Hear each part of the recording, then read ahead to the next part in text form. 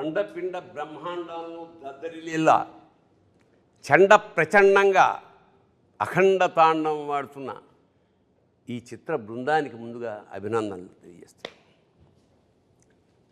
ఒక పరమోత్కృష్టమైన సందేశం మన భారతదేశంలో,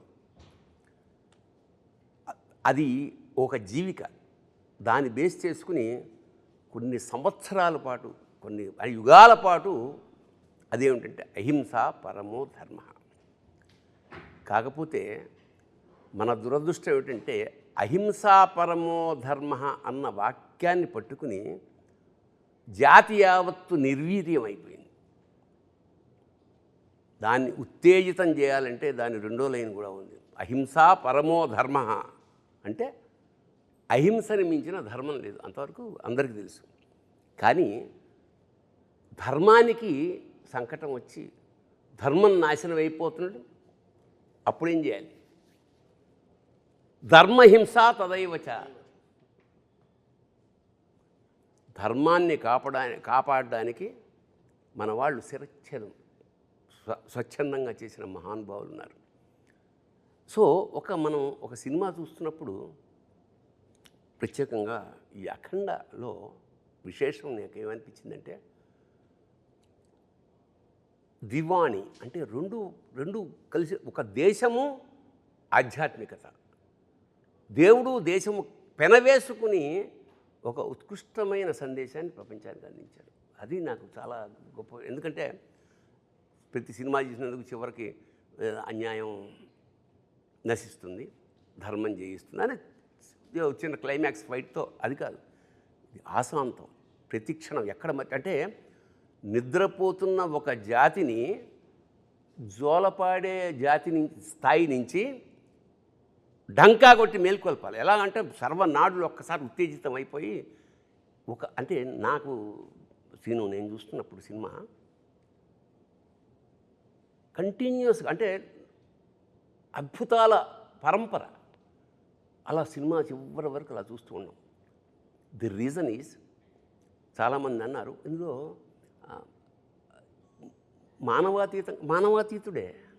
మానవాతీతుడు కాబట్టి అలా చేయగలిగాడు, సామాన్యుడు చేయలేడు. ఇది మానవాతీత శక్తి. ఇంకోటి, ఎప్పుడు మానవాతీత శక్తి ఎవరి కోసం చేస్తున్నారు? మునులు ఋషులు ఎక్కడో తపస్సు చేసిన ఎవరి కోసం చేస్తున్నారు? వీళ్ళ కోసం చేస్తున్నారు. అందరిలాగా సంసారాలు బాగా సజావుగా సాగాలంటే, అంటే దేశం సుభిక్షంగా క్షేమంగా ఉండాలంటే బార్డర్ మీద సైనికులు ఎంత ఉంటారో, ఇంటర్నల్గా అంతరాత్మలో ఇలా మన కోసం తాపత్రయపడే మునులు, యోగులు, అలాంటి వాళ్ళే ఇందులో బాలయ్య వేసిన ఆ వేషం ఏదైతే ఉందో అది ధర్మరక్షణకు ఒక అద్భుతమైన సింబల్.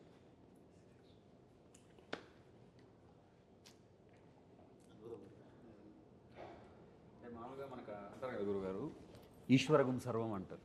అంటే ఈశ్వరుడు లేని చోటు అనేది ఏమీ లేదు, ఈశ్వరుడు అన్ని చోట్ల ఉన్నాడు. జనరల్గా ఏంటంటే మనకి పురాణం ప్రకారం కూడా ఈశ్వరుడికి లయకారుడు అని పేరు. లయకారుడు అంటే ఆయన సంహరించేవాడు కాదు, ఉపసంహరించేవాడు. ఆయన నుంచే పుట్టి ఆయనలో కలుస్తాం మనం. అలాంటి స్వీకరించే ఈశ్వరుడు సమాజాన్ని సంస్కరించడానికి బయలుదేరితే ఏంటనేది మన అఖండ కథ.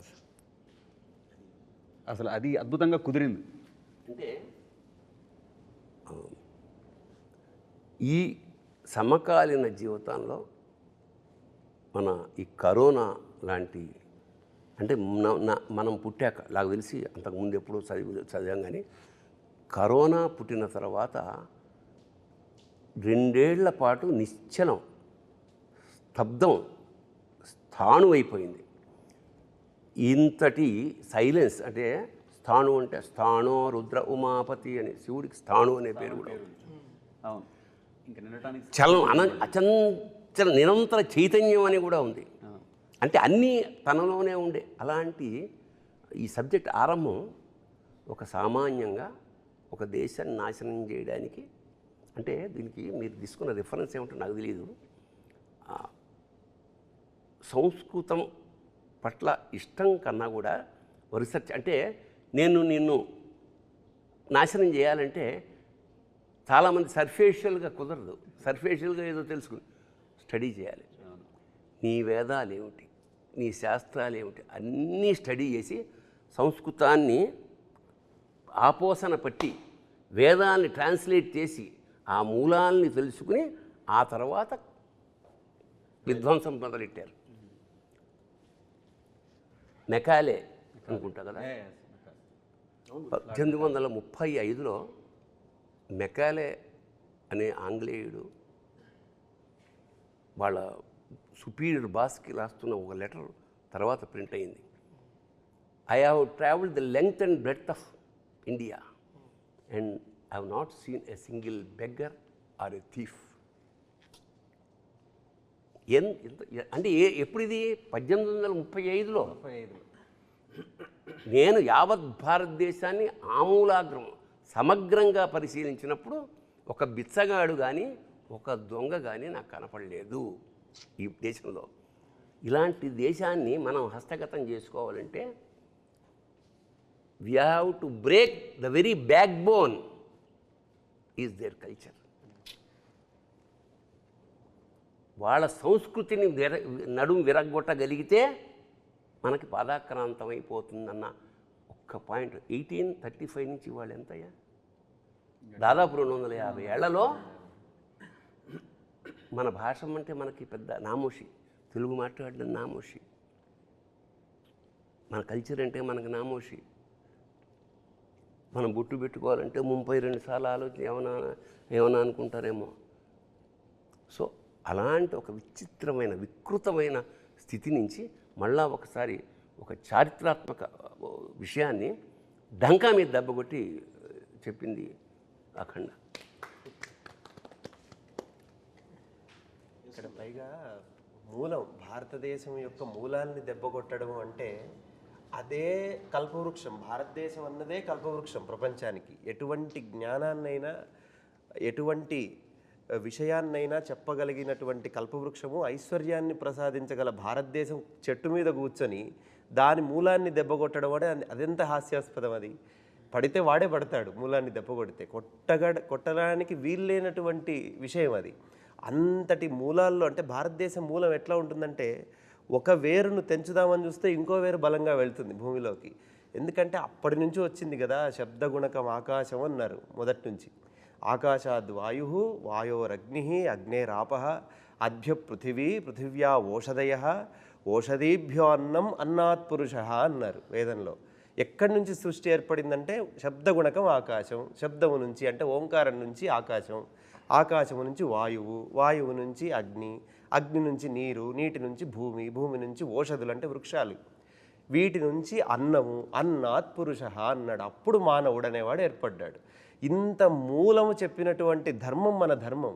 ఆ మూలాన్ని దెబ్బ కొట్టడానికి అవకాశం లేదు, ఎందుకంటే వీడు ఉన్నది అదే మూలంలోనే. మళ్ళీ అంటే ఇప్పుడు నువ్వు మేము పూజించాల్సిన దేవతా విగ్రహం బద్దలు కొట్టినా, మేము గుడి బద్దలు కొట్టినా మాకు పెద్ద ఫరకేం పడదు. కారణం ఏంటంటే మేము చెట్టుని పూజిస్తాం, పిట్టని పూజిస్తాం, గుట్టని పూజిస్తాం, పుట్టని పూజిస్తాం.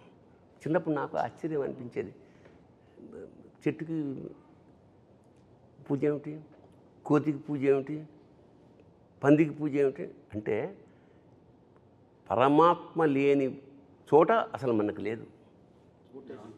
అది తీస్తే ఒక కర్ర పెట్టేసి దానికి పసుపు పెట్టేసి అంటే ఎంత అంటే ఈ స్థాయి కల్చరు ప్రపంచ ఎందుకంటే ఇది వెరీ రీజన్ ప్రపంచంలో ఇలాంటి కల్చర్స్ చాలా ఉన్నాయి. బట్ శాశ్వతంగా నిలబడిపోయిన కల్చర్ ఇదే, ఈ సంస్కృతి. ఎన్నో ఉన్నాయి ఇంతకుముందు, మీకు పిరమిడ్స్ తప్ప ఏమీ మిగలలేదు అక్కడ.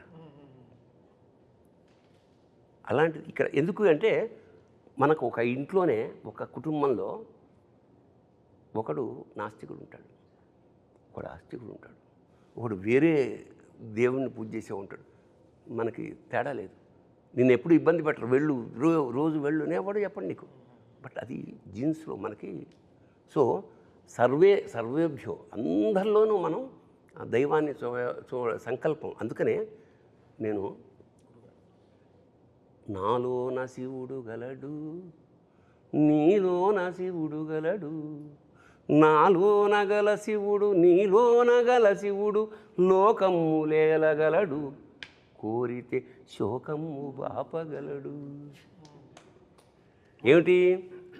ఈ తల్లిపోయింది, ఇతను ఎక్కడో ఉన్నాడు, రావడానికి వీళ్ళని కేచరీ గమనం మీద వస్తే తప్ప అక్కడ రాలేడు. అలాంటప్పుడు అందరూ వెయిట్ చేస్తున్నారు. తల్లి చివరి కోరిక కొరివి పెట్టాలి. ఎన్నో ఏళ్ల నుంచి పుట్టినప్పటి నుంచి వెయిట్ చేస్తోంది, రాలేడు. రాడు అని పాత్రలు ప్రేక్షకులు నిర్ణయించినప్పుడు సాక్షాత్కారంలా వచ్చేసాడు. వచ్చి కొరివి పెట్టిన అందరూ ఆశ్చర్యపోయారు. ఎవరు వచ్చారు? తర్వాత ఒక మెసేజ్ పెడుతుంది, అమ్మాయి వచ్చి షాక్ అవుతుంది. ది రీజన్ ఈజ్, అప్పుడు నాకు అనిపించింది నాలోన శివుడు గల్డంటే ఇదే. నాలోనగల శివుడు నీలోనగల శివుడు నాటకాలాడగలడు తెరదించి మూట కట్టేయగలడు. That is the reason. So ఉద్దేశం కూడా గురుగారు, ప్రతి భక్తుడు తల్లి నా తల్లే. ప్రతి భక్తుడు ధర్మాన్ని కాపాడడానికి నిలబడి ప్రాణం కూడా పణంగా పెట్టి అవసరమైతే ధర్మం కోసం ఏదైనా చేసే ప్రతి భక్తుడు తల్లి నా తల్లే అని చెప్పేదే ఆ రోజు అక్కడ ఉన్న సదుద్దేశం గురుగారు. వండర్ఫుల్. ఎందుకంటే నువ్వు పూజిస్తున్నప్పుడు నువ్వు దాసుడివి. నిజానికి నువ్వు మమేకం అయిపోయినప్పుడు వాడు నీకు దాసుడు. శివుడు నీకు దేవుడు నీకు దాసుడు అయిపోతాడు. ఇప్పుడు మనకి పూజా విధానం అంటే ఏమిటంటే ఎలిమెంటరీ స్కూల్, కొబ్బరికాయలు కొట్టామా, దండలు వేసామా, కిరీటాలు చేయించి ఎలిమెంటరీ స్కూల్. నెక్స్ట్ స్టేజ్ అక్కడ ఏమంటాడు? దేవుడు అనేవాడు నేను వేరు అని. Meditation next step. అక్కడేముంటాడు? దేవుడు నీలో ఉంటాడు, బయట ఎక్కడ ఉంటాడు. కొబ్బరికాయలు కొట్టక ఏమి అగరత్తులు అక్కల్లా. తర్వాత థర్డ్ స్టేజ్ ఇది, బికమింగ్ శివ, బికమింగ్ గాడ్ అనేది ఈ సినిమాలో ఆ ట్రాన్స్ఫర్మేషన్. అతను నేను శివుడు వేరు అనుకోడు. అందుకే శివుడు సాక్షాత్ శివుడిని కొరిబెడ్డానికి తీసుకురావడం అనేది ఒక విధంగా చాలా ధైర్యం. అది నేనే షాక్ సార్. ఎట్లా ఒప్పుకుంటారు? ఆ రీల్ మాత్రం పంపించలేదు నాకు లాస్ట్ మినిట్ వరకు. ఎట్లా ఒప్పుకుంటాడు? దేవుడు వచ్చి పెడతాడా అంటే, ఒరే పిచ్చివాడా పెడతాడు. ఆ స్థాయిలో కనుక నువ్వు దేవుడిని నమ్మితే. అది 8వ రీల్ మాత్రం ఆపారు. 8వ రీల్ ఏంటి సార్ అంటే, సార్ సపరేట్గా మన ఇద్దరు కూర్చోవాలి మీకు చెప్తానని 9th రీల్ వచ్చేసింది. 8th రీల్ మాత్రం ఆపారు. బట్ చూసినప్పుడు అలా ఒక వేరే మూమెంట్. సో ఓకే, దీనికి ఆర్ఆర్లో వాయించేయచ్చు. బట్ దీనికి ఒక శివుడికి ఒక పాట, శివుడే అమ్మ రూపంలో పాడితే ఎలా ఉంటుంది, ఒక అమ్మ రూపంలో పాట పాడితే ఎలా ఉంటుంది అన్నప్పటికీ వెంటనే ఆ ట్యూన్ కంపోజ్ చేసి డైరెక్టర్ గారికి వినిపిస్తే ఆయన అప్రూవ్ చేయడం, వెంటనే దానికి అంత జనరల్గా నేను నమ్మేది ఏంటంటే, ఇప్పుడు పాడతాం తన పాడతాం, బట్ గుండెనే గొంతు చేసే పెనివిటి అనే వర్డ్ రాయడం అనేది గొప్ప. అంటే పేరు పెట్టడం అనేది గ్రేట్. అలా ప్రాణం పోసిన శంకరుడా అనేది ఆయన రాసిన విధం ఆ పాటకి అలా తీసుకొచ్చి ఒక 100 కిలోలు బరువు పెట్టేసి వెళ్ళిపోయింది. సో ఇంకా ఆ బరువుని పరువు పోకుండా కాపాడే బాధ్యత మాది. కరెక్ట్గా అది ఎలా దాన్ని ట్రాన్సిషన్ కరెక్ట్గా ఇది పెట్టేటప్పుడు ఎలా చేయాలి, ఎక్స్ప్రెషన్కి ఎలా తీసుకెళ్ళాలి సినిమాలో చాలా ఎక్సర్సైజ్ చేసాం. ఫస్ట్ అఖండాకే చాలా ఎక్సర్సైజ్. అంటే జగపతి బాబు గారు దానం ఇస్తారు కదా ఇది బిడ్డని, అక్కడి నుంచి కాశీకి ఓ ట్రాన్సిషన్ ఉంటుంది. దానికి కూడా వెరీ ఆర్గానిక్గా దానానికి ఏంటి మంత్రం అది వెళ్ళినప్పుడు కరెంట్గా శివుడు ఇది మన శివుడు దీంట్లో నుంచి నీటి బొట్టు పట్టేటప్పుడు కరెంట్ అంతా ఆఫ్ అయిపోతుంది. కాశీలో ఆఫ్ అయిపోయి మళ్ళీ స్టార్ట్ అవుతుంది, మళ్ళీ మంచి వెలుగు స్టార్ట్ అవుతుంది. సో ఈ studying of more things. Actually after Akhanda కొంచెం లైఫ్లో బ్యాలెన్స్ చాలా బాగా చేసుకోవడం మొదలుపెట్టాను. బ్యాలెన్సింగ్ అంటే ఒక బ్యాలెన్స్ వచ్చింది. అంతవరకు ఆడుతూ పాడుతూ తిరిగేవాడిని, ఇప్పుడు చదువుతూ పాడుతూ తిరుగుతున్నాను. సో దీని గురించి ఎంత స్టడీ చేయాలి. ఇప్పుడు ఏదో అఖండ సినిమా వచ్చేసింది అనే కాకుండా దీన్ని ఒక సినిమా లాగా చూడకుండా how can I be the transporter of this, ఈ సనాతన ధర్మం గురించి, ఈ శివుడు గురించి ఎంత ఇప్పుడుండే జనరేషన్కి ఎంత ట్రాన్స్పోర్ట్ చేయగలను మ్యూజికల్గా, how can I transport it to the people's ears అనేది. జనరల్గా మంత్రాలు అందరూ వింటారు, బట్ ఇప్పుడు ఉండే వాళ్ళకి వాళ్ళ ఇయర్కి ఇప్పుడు ఉండే జనరేషన్ వాళ్ళకి ది వే దే ఆర్, అంటే మంత్రం అర్థం కాకపోయినా ఆ మ్యూజిక్ అర్థం అవుతుంది. అదే అంతే, because this not language no language. So నేను ఈరోజు చూస్తున్నాను కమెంట్స్ అన్నీ చూస్తాను యూట్యూబ్లో. జ్యూక్ బాక్స్ రిలీజ్ అయిన వెంటనే చాలా రోజుల తర్వాత జ్యూక్ బాక్స్ రిలీజ్ చేశాం. ఇంతకుముందు అది లేదు, సింగిల్గా వెళ్ళేది పాటలు. 9 పాటలు ఒకేసారి రిలీజ్ అయిన తర్వాత వెంటనే కమెంట్స్ చూసాను. రాత్రి 12ంటికి లాంచ్ చేసాం ఇది జ్యూక్ బాక్స్. అంటే ఎంతమంది మేల్కు నుండి దాంట్లో వెంటనే ఒక 1000 లక్షల్లో కమెంట్లు వచ్చేసి అసలు అక్కడ ధైర్యం వచ్చింది. అంటే అంతవరకు కారు జాగ్రత్త తోలుతున్నాం, అక్కడ సీట్ బెల్ట్ వేసింది కరెక్ట్గా, ఓకే ఇంత చేసాము ఆ పని అని. బట్ ఆయన తీసిన సినిమా అంత గొప్ప సినిమా. నేను అదే చెప్తాను, మీరు మనం మ్యూజిక్ కొట్టడం కాదు అక్కడ, బికాస్ నేను ఇండిపెండెంట్గా నేను ఆల్బమ్ రిలీజ్ చేయలేదుగా, ఒక సినిమాకి కదా పనిచేశాను, ఒక చిత్రానికి కదా పనిచేశాను. సో ఆ చిత్రంలో అంత బలం ఉంటేనే ఆ మ్యూజిక్ తీసుకుంటుంది. సో ద క్రెడిట్ కృషి అందరూ ఒక వంట అద్భుతంగా కుదరాలంటే అన్ని పాళ్ళు సమంగా కుడాలి. ఇంకోటి ఏంటంటే మామూలుగా చాలా రకాల డ్యాన్సులు ఉన్నాయి, వాటిని నృత్యం అంటాం, నాట్యం అంటాం. కానీ తాండవం అనేది ఎక్కడ? తాండవం ఎప్పుడవుతుంది? ప్రళయకాల ఆ సౌండ్, తాండవ శబ్దంలోనే ఆ ఒక మ్యూజిక్ ఉంది, ఆ సౌండ్. సో మామూలు డ్యాన్సులకి శివుడి చేసే తాండవానికి సంధ్యవేళ వేరియేషన్ ఉంటుంది. సో అంత డ్యాన్స్ చేసినప్పుడు ప్రమధులందరూ వాయిస్తుంటారు అక్కడ. ప్రమధులు అంటే చుట్టుపక్కల ఉండే వాళ్ళందరూ ఆ సౌండ్ ఎలా ఉంటుంది? చెవులు బద్దలైపోతాయి. సో మనం వాడు సరదాగా చెప్పినా ఏం చెప్పాడంటే, జాగ్రత్త నాది కాదు పూచి, ఆ సినిమా రిలీజ్ అవుతుంది, అవన్నీ సర్దుకుని కొంచెం క్లీన్ చేసి పెట్టుకోండి, బద్దలవుతే నాది కాదు అన్నాడు. అది సరదాగా అన్న సత్యం. అదేంటంటే గురుగారు, సౌండ్ కరెక్ట్గా బయటకి ఇది ఇవ్వాలంటే సర్దుకొని కరెక్ట్గా క్లీన్ చేయకపోతే అడ్డుపడి పగులుతాయి. అంతే లేదు, ఇది సరదాగా అన్న సత్యం అంటున్నా. ఈ విషయంలో గురుగారు నేను గురుగారితో కానీ తమన్ సార్తో కానీ నేను ప్రయాణం చేస్తూ ఉన్నాను కదా అఖండ మొదటి పాట నుంచి. అంటే అంటే ఉద్దేశం మంచిదైతే ఫలితం ఎప్పుడు గొప్పగా ఉంటుంది గురుగారు. నేను వీళ్ళిద్దరిలోనూ బాగా గమనించిన విషయం ఏంటంటే ఉద్దేశం. మన ఉద్దేశం ఎప్పుడైతే హానెస్ట్గా ఉంటుందో దాని తాలూకు అవుట్పుట్ కూడా ఎక్స్ట్రీమ్గా ఉంటుంది. అంటే మనందరికీ తెలిసిందే, మన విద్య, మన ధర్మం, మన సినిమా ఏదైనా సరే, సినిమా సిట్టింగ్ కానివ్వండి, మ్యూజిక్ సిట్టింగ్ కానివ్వండి, మన శాస్త్రం కానివ్వండి, ఫస్ట్ మనం తర్కం, తర్వాత తత్వం. ముందు తర్కం చెప్పి తర్వాత తత్వం చెప్తాం, లాజికల్గా. అంటే ఏదో ఒక సందర్భంలో మనం శివుణ్ణి కూడా అడిగాము, అవునయ్యా నువ్వు లేకుండా నాకు పరమార్థం లేదు, నేను లేకుండా నీకు పరివారం ఏడుంది, నేనే కదా నీ పరివారం అని ప్రశ్నించే జాతి మంది. అటువంటి ఉద్దేశంలో నేను డైరెక్టర్ గారితో మొదటి నుంచి ట్రావెల్ అవుతున్నప్పుడు కానీ అంటే మనం ఏదో చెప్పాలి కళ్యాణ్ ఇందులో. అంటే అర్ధజ్ఞానం ప్రమాదం, మీరు ఇందాక అన్నట్టు అర్ధజ్ఞానం ఎప్పుడూ ప్రమాదం. అది ఆనాటి భారతమైనా ఈనాటి భారతమైన, మహాభారతం నుంచి మన భారతం దాకా జరుగుతున్న సమస్య అదే. మనకి సగమే ఫస్ట్ లైన్ తెలుస్తుంది, రెండో లైన్ తెలియదు. ఇందాకట్లాగా అహింసా పరమో ధర్మ అక్కడే ఆగిపోయాడు. కాదు, ధర్మహింస తదైవచ, అట్లా ప్రతిదీ.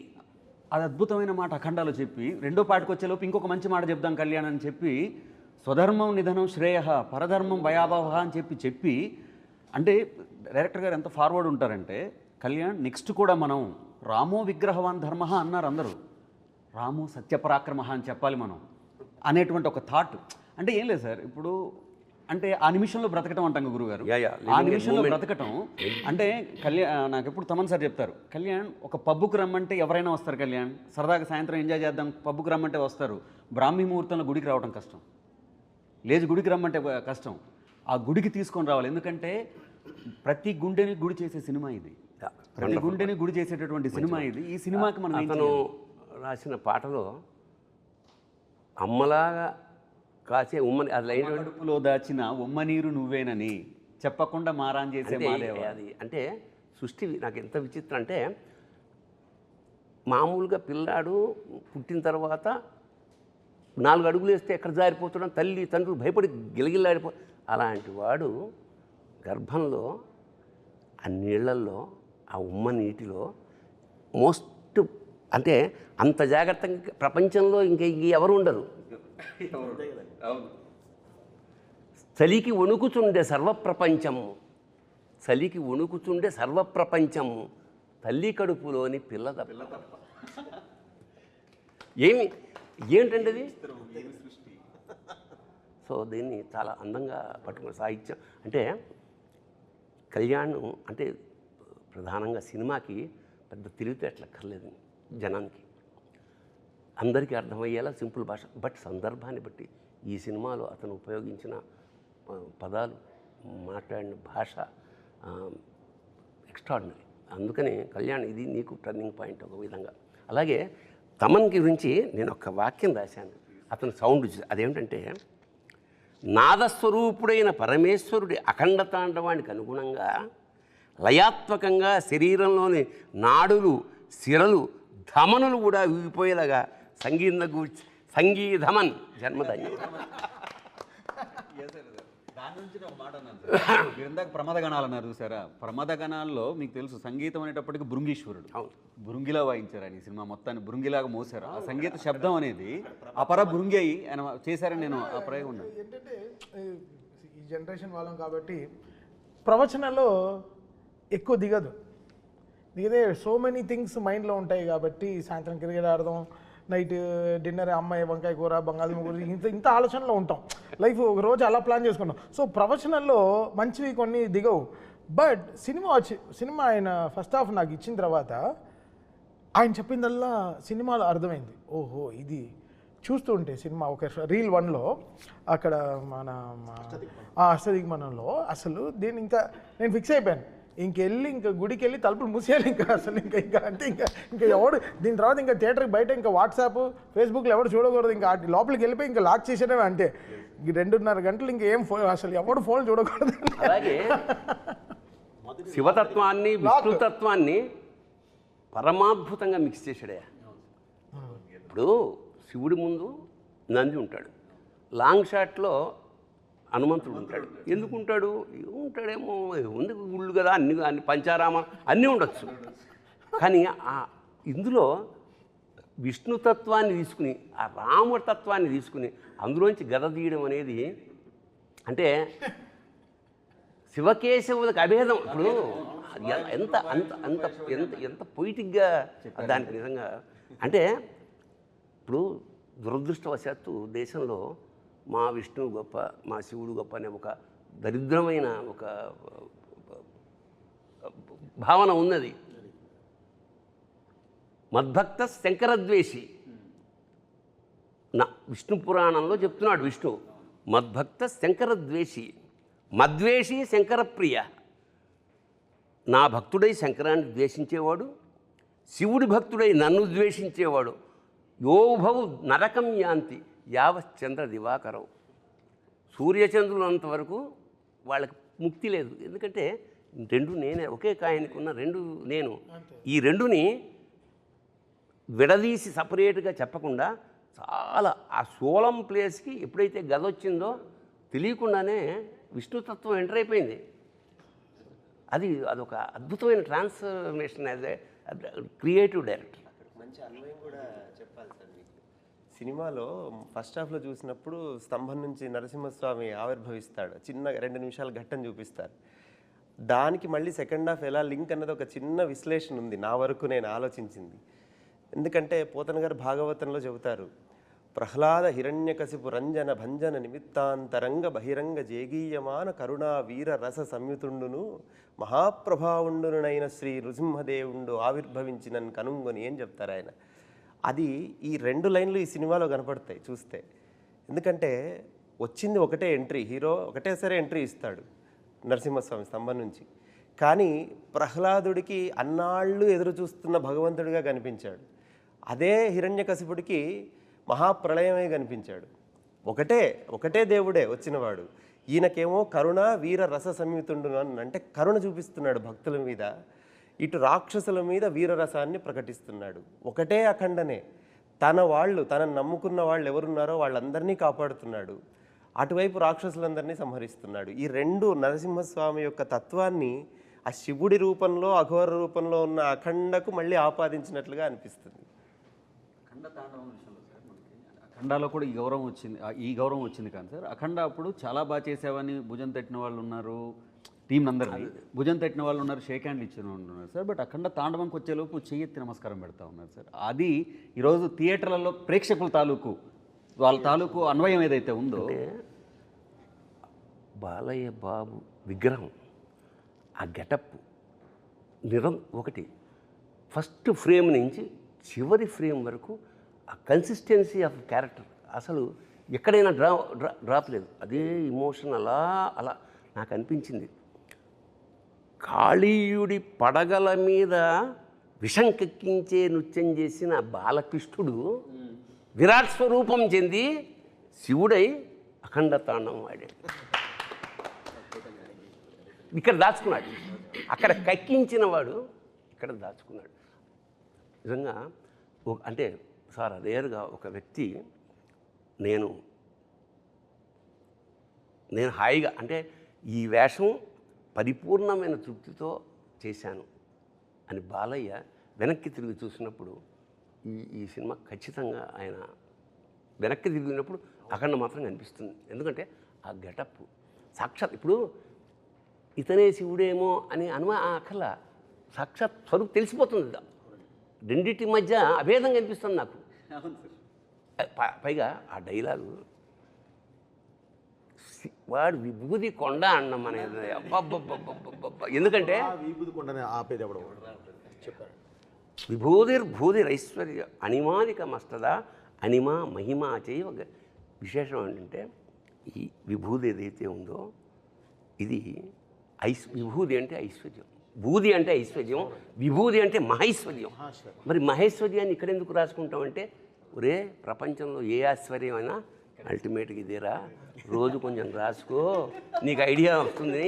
అల్టిమేట్గా బాలయ్య చేతిలో ఫైనల్గా ఉండేది ఏంటి, ఎవడైనా ఎన్ని చూడలేదు రాజు అంటే. అలాంటి విభూది కొండ అండంలో అన్వయం ఒకటి తెల్లగా ఉంటుంది కొండ, హిమాలయాలు తెల్లగా ఉంటాయి, స్వచ్ఛతకి మారిపోయారు, అనంతమైన అండ ఆ బంగారు కొండ లేదా మంచు కొండ లేదా విభూది. ఆ కొండ విభూది కొండ అని ప్రయోగించడం మాత్రం ఐ రియల్లీ ఎంజాయ్.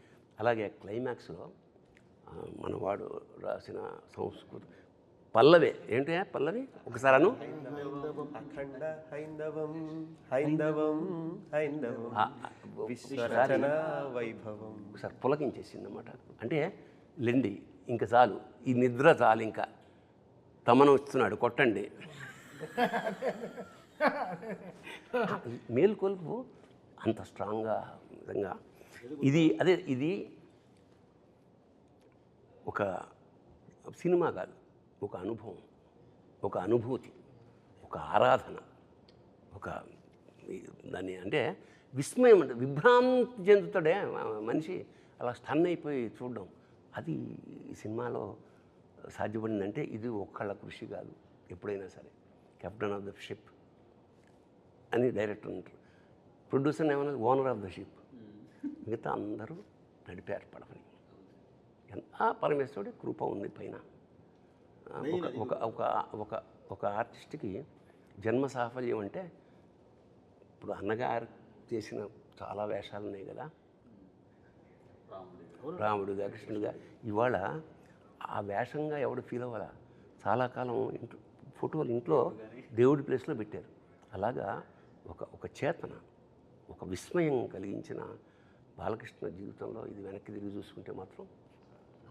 కథ మొదలైనప్పుడు డైరెక్టర్ గారు మాట్లాడారు, ఎప్పుడు ముగింపు వాక్యాలు గొప్పగా రాస్తాం కదా, అంటే మనం ఎక్కడ మొదలు పెడుతున్నాం అన్నదే చాలా గొప్ప విషయం.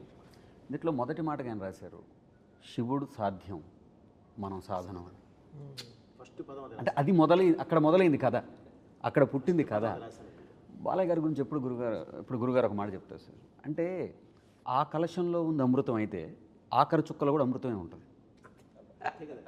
అదే కదా, అంటే మనం ఎంత చెప్తున్నాం, మూసేవారు ఎవరు, గోవర్ధనగిరిని చిటికెన వేలు మీద నిలబెట్టేవారు ఎవరు ఉండాలి కదా, ఎవరో ఒకళ్ళు ఉండాలి కదా. దాని గురించి చెప్తూ మహాభారతంలో తిక్కనంత గొప్ప పద్యం ఉంటుంది, యవ్వాని వాకిట నిభమద పంకంబు రాజభూషణ రజోరాజు నడగు అని. అంటే అలాంటి వ్యక్తి బాలయ్య బాబు తోటి ఏ మాట చెప్పిస్తే అది ప్రణవమై మోగుద్ది అనేది అద్భుతంగా ఆయన ఇంటర్ప్రిట్ చేస్తున్నారు. ఇది డిజైన్ డిజైన్ నేను అదే చెప్తాను, అంటే మన తిరుపతి కొండకి బస్సు వెళ్తుంది, వెనకాల ఘాట్ ఎలిజిబుల్ అని రాసి ఉంటుంది, ఇది బస్సు కరెక్ట్గా డివోటీస్ని పైకి తీసుకెళ్ళడం. సో అలా ఇక్కడ డిజైన్ ఉంటుంది, ఓకే ఇతను ఎలిజిబుల్. ఈ సినిమా పూర్తవడంలో ఒక ఎలిజిబిలిటీ ఉంటుంది. సో ఓకే బోయపాటి గారికి శక్తి ఉంది ఈ సినిమాని వెళ్ళి ఇంతమంది ఇంత వరల్డ్కి చెప్పడం, తమకి శక్తి ఉంది ఇలా దీన్ని మ్యూజిక్ చేయడం. ఇది బికాస్ అఘోర మంత్రాలు పాడడం చాలా రేర్ స్వామి. అసలు ఆ ఎనర్జీ పడుకోనివ్వదు, ఫ్రెష్గా ఉంటుంది. నేను పడుకోలేదు బట్ ఫ్రెష్గా ఉన్నాను 24 గంటలు, అసలు ఫ్రెష్గా ఉన్నాను. ఎలా ఫ్రిడ్జ్లో యాపిల్ లాగే ఉన్నాను. అఘోర శబ్దానికి మన వాళ్ళు జుట్టు బెరబోసుకుంటారు, గోల్డ్ పెంచుకుంటారు, ఏవో తింటారు. అఘోరం అంటే ఘోరం కానిది అని అర్థం. అయితే అంటే వాళ్ళ ప్రపంచంలో ఏదైనా చెత్తను కూడా మేము స్వీకరించేస్తాం, ఇది సృష్టిలో భాగం. ఇది అది అసలు విషయం. అలాగే మన పాత్రధారుడు ఒక వేషం వేసినప్పుడు వేషం వేసేసాను అలా కాకుండా ఒక నిబంధనప్పుడు అన్నగారు ఉపవాసం ఉండేవాడు, కొన్ని నియమాలు పాటించేవాళ్ళు. నాకు అనిపిస్తుంది అన్నమాట, ఈ వేషం నాకు రామలక్ష్మణుల ఇంటర్వ్యూ ఎక్కడ చూసా, అంత చల్లో హిమాలయాల్లో ఎంతో కష్టపెట్టాం ఆయన్ని, ఆయన ఎక్కడా విసుక్కోలేదు. అంటే ఆ పాత్ర పట్ల ఆయనకున్న నిబద్ధత. అదే కాదు ఈ సినిమా చేయటానికి అసలు మెయిన్ మూలం ఆయనే. నేను వెళ్ళి కూర్చొని బాబు సింహ లెజెండ్ 2 సోషల్ ఫిల్మ్స్ చేసాం మనం, ఇప్పుడు 3వది కూడా మళ్ళీ సోషల్ ఫిల్మ్ అంటే మీటర్ భయంకరంగా తొక్కాల్సిందే తప్ప వేరే మార్గం లేదు, తర్వాత చేయలేము అని అంటే మరి ఏం చేద్దామండి. నా దగ్గర ఒక అఘోర క్యారెక్టర్ ఉంది అంటే ఒక ధర్మాన్ని కరెక్ట్గా తీసుకెళ్ళి దేశం ముందు నిలబెట్టే ఒక అఘోర క్యారెక్టర్ ఉంది అని అంటే, అఘోర అంటే ఇప్పుడు మీరు చెప్పిందే చెప్పారండి, జుట్టు విరబోసుకొని అది లేకుండా అవి వేసుకొని అవి స్వీకరిస్తూ ఉంటారు వాళ్ళే బాబు. కాకపోతే బాలయ్య గారను బోయపాటిది కాదుగా, మనం తీసుకెళ్లే విధానం ఒకటి ఉంటుంది కదా. అంటే టైం స్టార్ట్ అయిందండి, ఓన్లీ 30 సెకండ్స్లో సరే గెటప్ టెస్ట్ ఎప్పుడు ఇంతేనండి కదా. ఎందుకు నువ్వు అనుకున్నావు కదా, నువ్వు కాన్ఫిడెంట్ కదా, చాలు నాకొద్దు గెటప్ టెస్ట్ ఎప్పుడు, ఓకే బాబు మీరు చెప్పండి మంచి రోజు, ఓకే అయిపోయింది అంతే అండి. దానికి మించి అసలు ఎక్కడ డిస్కషన్ కూడా లేదు, వెళ్ళిపోయాం. సో అప్పుడు ఏంటంటే గురువుగారు ఇలాంటిది అద్భుతంగా చేయగలం, ఎందుకంటే మనకు బాధ్యత పెరిగింది. ఈ సినిమా కూడా గురువుగారు చేసేటప్పుడే నాకు ఐడియా ఉంది గురువుగారు, ఇది డబ్బుతో కాదు మనసుతో చేయాలి, ఇది డబ్బుతో కాదు, ఇది మనుషుల మనసులోకి వెళ్ళాలి, ఇది డబ్బు కాదు, ఇది అందరికీ చేరాలి, ఇదే కాన్సెప్ట్ గురుగారు. అందుకనే ఈ సినిమాలో దైవత్వమే కాదు ధర్మం అంటే ఏంటో చెప్పాను, మన దేశం ఎలాంటి గొప్ప దేశమో చెప్పాము. మనల్ని ఎవరు ఈ రోజు వరకు గురుగారు ధర్మం గురించి చెప్పారు, మీరు చెప్పారు వారు లెటర్ గురించి చెప్పారు 1850ది. నేను ఇంక అంత ముందు నుంచి వచ్చాను గురుగారు. అసలు మన రాజులేంటి, మన రాజ్యాలేంటి, ఎన్ని సంవత్సరాల పాటు ఎలా ఉన్నారు, అసలు వీళ్ళని ఎవరు జయించలేక ఎలా విడగొట్టారు, అక్కడి నుంచి చదువుకుంటూ వచ్చి ఇప్పుడు దీనిలో కరెక్ట్ చెప్పించాను గురుగారు. అది కూడా ఒక చైనీతో చెప్పించాను. భగవద్గీత అనేది ఒక రిటైర్డ్ చైనీస్ జనరల్ చదువుతూ ఉంటాడు, స్టడీ చేస్తుంటాడు, మనం చెయ్యం. వాళ్ళు చేసి అతను చెప్తాడు అసలు ఏంటంటే భారతదేశాన్ని కొట్టాలంటే మూలలో కొట్టడం కాదు, మూలానికి వెళ్ళి కొట్టాలి, అదే వాళ్ళ దేవుడు అని చెప్పి. హతోవా ప్రాప్స్యసే స్వర్గం, పోయావా స్వర్గం వస్తుంది, జిత్వావా భోజ్యసే మహీం, గెలిచావా యావత్ భూమండలాన్ని, తస్మాత్ ఉత్తిష్ట కౌంతేయ. ఇది భారతీయుడికి చెప్తున్నాడు, ప్రతి భారతీయుడికి మనం ఈ సినిమా ద్వారా ఉత్తిష్ట కౌంతేయ యుద్ధాయ కృత నిశ్చయ, యుద్ధాన్ని సిద్ధంగా ఉండడం. See it is a motivational Bhagavad Gita. దురదృష్టం ఏమిటంటే ఇప్పుడు సభాముఖంగా ఆ సందర్భం వచ్చిన మన వాళ్ళు పోయినప్పుడు పెడతారు, ఎప్పుడో పొరపాటున ఎవడో పెట్టాడు, ఎవడన్నా ఇంట్లో భగవద్గీత వస్తుంటే అయ్యో నిన్న బాగానే ఉన్నాడు కదా అనే స్థితికి వచ్చింది. కాదు, it is a wonderful motivational పుస్తకం. ఈ సినిమా ద్వారా యావత్ భారతదేశానికి, యావత్ యూత్కి, ప్రపంచానికి ఏం చెప్తున్నామంటే లేవండి, ఉత్తిష్టగా ఉంది, యుద్ధం చేయి, జీవిత సమరం. ఇప్పుడు భారతం ఎక్కడో లేదు, మనలోనే. పంచేంద్రియాలు, పంచ పాండవులు, అనంతమైన కోరికలు కౌరవులు, మనస్సు అర్జునుడు, బుద్ధి కృష్ణుడు, యుద్ధం కురుక్షేత్రం. చాల్ ఇప్పుడు బాలకృష్ణ బోయపాటి అంటే కలిపితే ఏమవుతుంది, బాబోయ్, అమ్మ బాబోయ్, అయ్య బాబోయ్.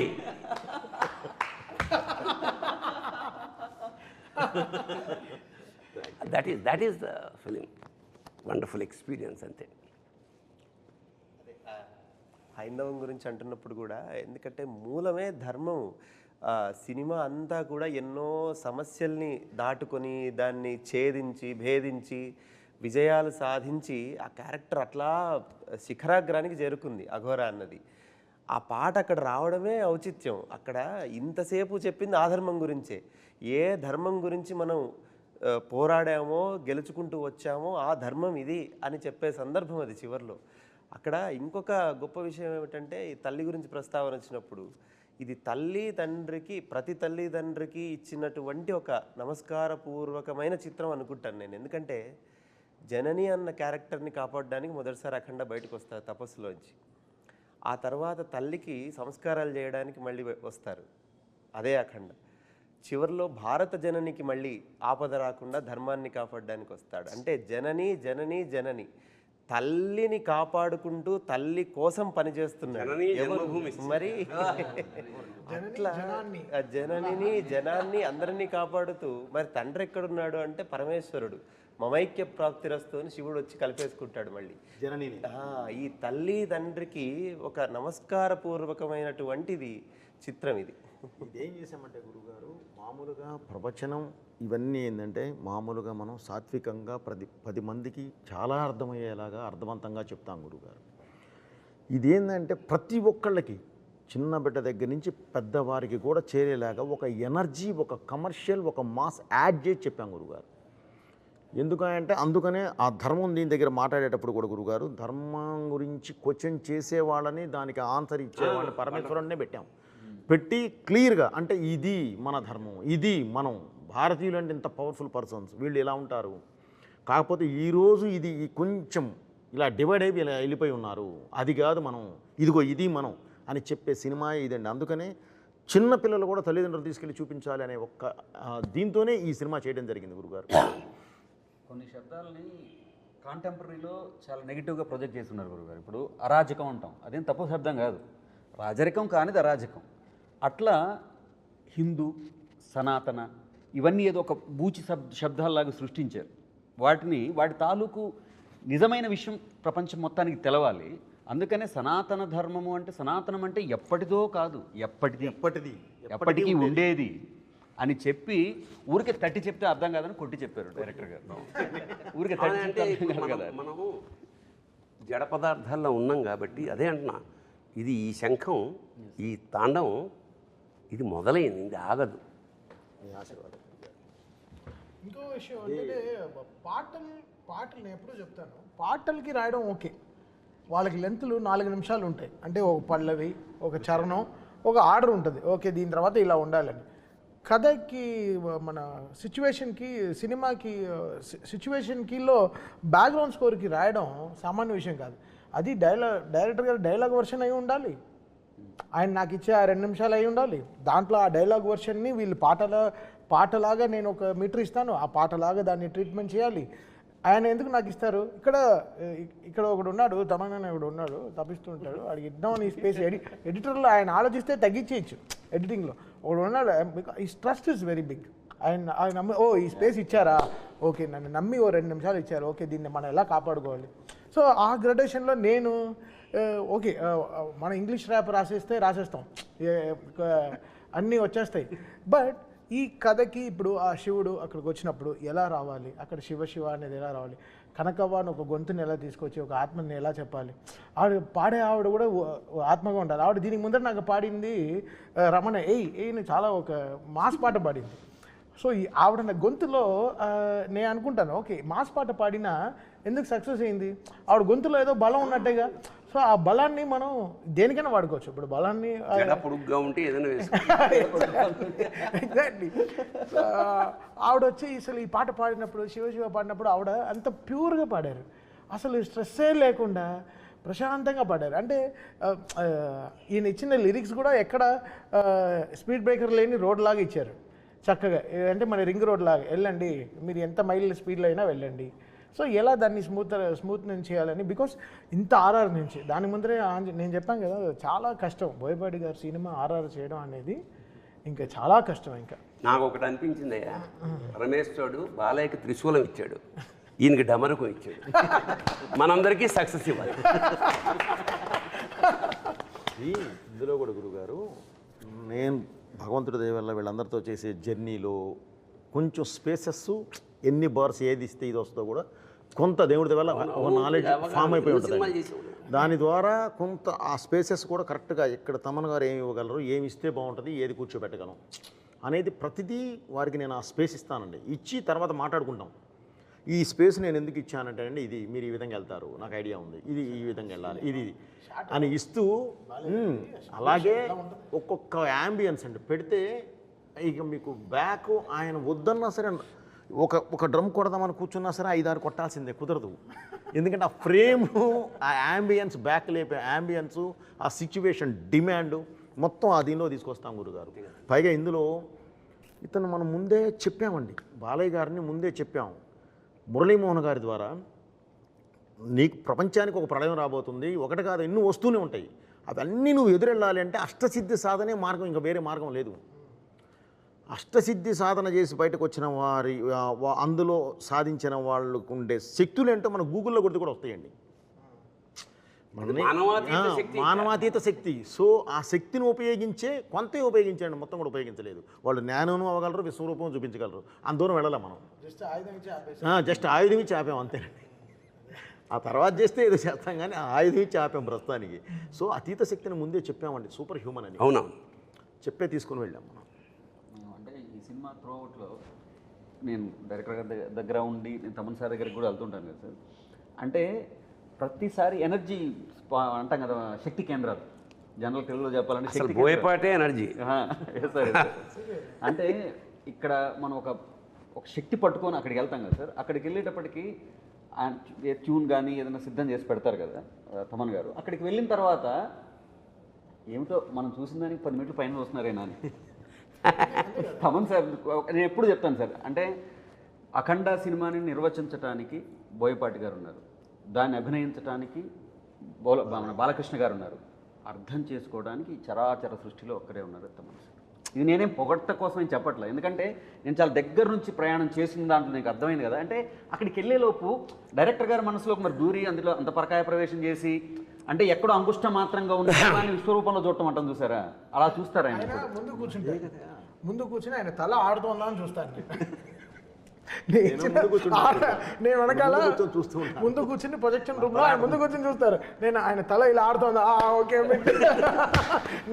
ఆయన అయిన తర్వాత అలెక్సా అంటారు. మాకు అలెక్సా ఒక లైట్ ఉంటుంది, అలెక్సా లైట్స్ ఆన్ అంటుంది. సార్ అమ్మాయిని పిలవండి అంటారు, అలెక్సా అని పిలవండి, అలెక్సా అని పిలవండి వచ్చి ఒక కౌగులింతలు కానీ చేసుకొని. బికాస్ నేను ఎలా చూస్తానంటే ఇప్పుడు ఆయన చెప్పిన డైలాగే, ఇప్పుడు ఫస్ట్ దాంట్లో మర్యాద ఎలా ఒక డైలాగ్ ఉంది కదా, ఎలా పిలవాలో,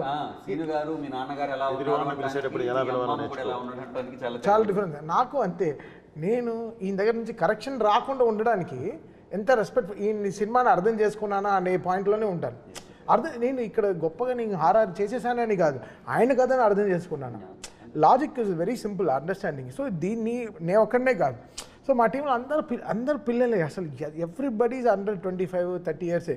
సో వీళ్ళకి బాలకృష్ణ గారి సైజు, ఫిల్మ్ సైజు, బోయపాటి గారు పెట్టే యాంగిల్స్, ఆయన ఎప్పుడూ చెప్తారు కదా 30 పెట్టి ఇలా చూస్తానని అంటారు కదా, అది గ్రౌండ్ లెవెల్లో అర్థం చేసుకోవడం చాలా కష్టం. అందరు చిన్న చిన్న మానిటర్లో పనిచేస్తారు, అంతే సైజ్ మానిటర్లో పనిచేస్తారు.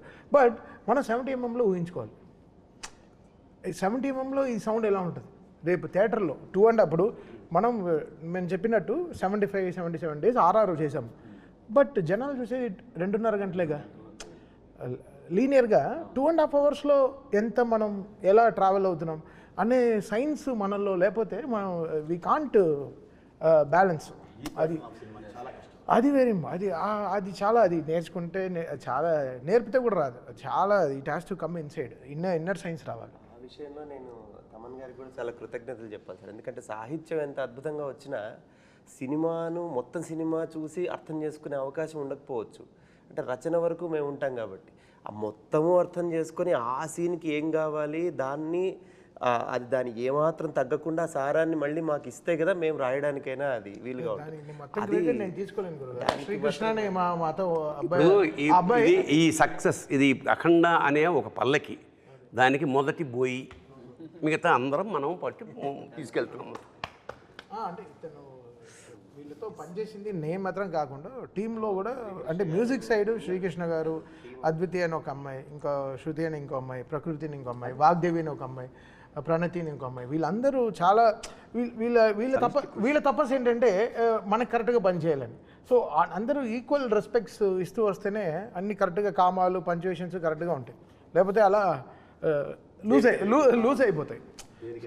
అదే టీం కూడా, అంటే మా టీం కూడా అసలు ఓషో కానీ, అసలు హరి కానీ, శశాంక్ గారు కానీ, అసలు వీళ్ళందరూ ఈయన చెప్తారు టీము సూపర్ టీం సార్ మీకు అంటారు. సో అది ఎప్పుడు అదే ప్లేయింగ్ 11 క్యాప్టెన్ ఒకటి ఉంటే కాదు చాలుగా, 11 మంది కరెక్ట్గా ఆడాలిగా, అప్పుడే గెలుస్తాం. సో అది ఫెంటాస్టిక్గా పాజిటివ్గా ఉండే టీం, పాజిటివ్, ఎగ్జాక్ట్లీ మెయిన్ పాజిటివ్గా ఉండే టీం అండి.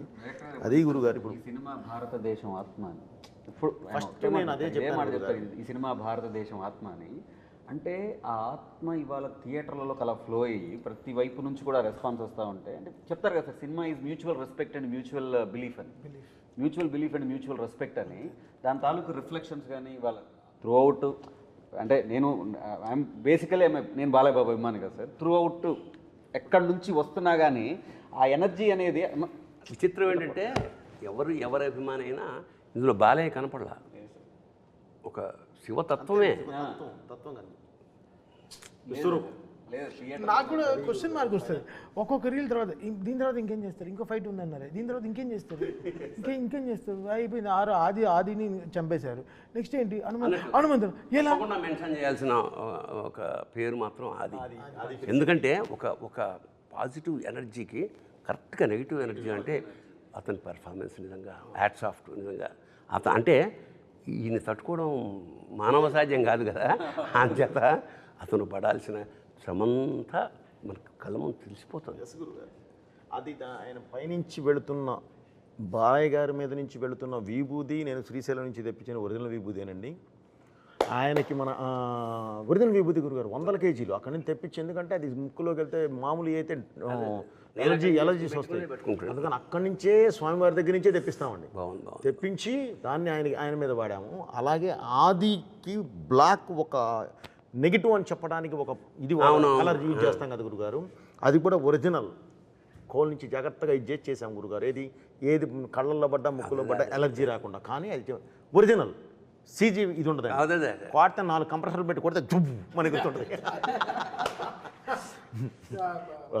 మన వస్తుంది గురుగారు. అప్పుడు ఓపెన్ అవుతాయి మన ఫ్యాంటమ్ కెమెరాలు 2, 500 ఒకటి 700 ఒకటి క్లంగ్ మనకి. క్లంగ్ అని వాడు బాగా వాడతారు. Clang sir, clang Manali sir. Okay సరే, ఓకే.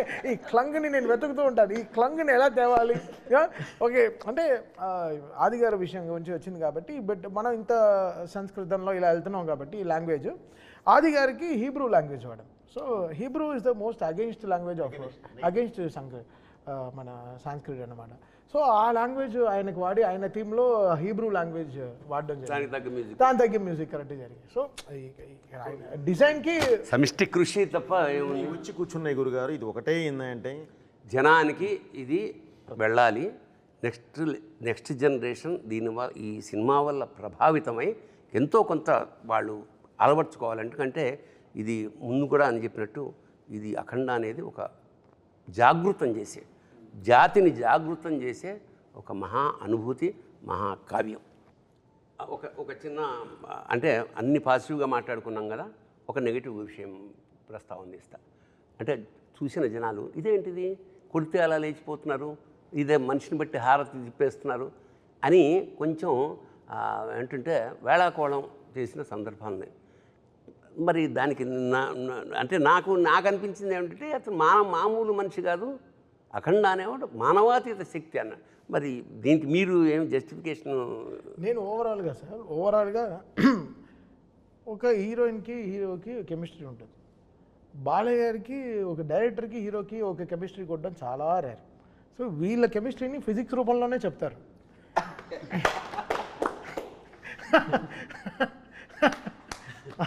సో వీళ్ళ ఫిజిక్స్ వేరే, ఈ ఫిజిక్స్కి వాళ్ళు ఇంకా క్వశ్చన్లు వేస్తే తప్పు. బట్ ఆయన కరెక్ట్గా రీల్ వన్లోనే సార్ అది ఒకసారి ఒక ఏదండి అఘోరా గురువుతో ఒక గురువుతోనే చెప్పించాను నాయన, సొసైటీ ఇప్పుడు కాదు, నువ్వు ఇప్పుడు దీర్ణావస్థలో ఉన్న దేవాలయాలని చేయడానికి పునరుద్ధరణ చేయడానికి వెళ్ళి క్లీన్ చేసి వచ్చావు ఆ పార్ట్ 1లో.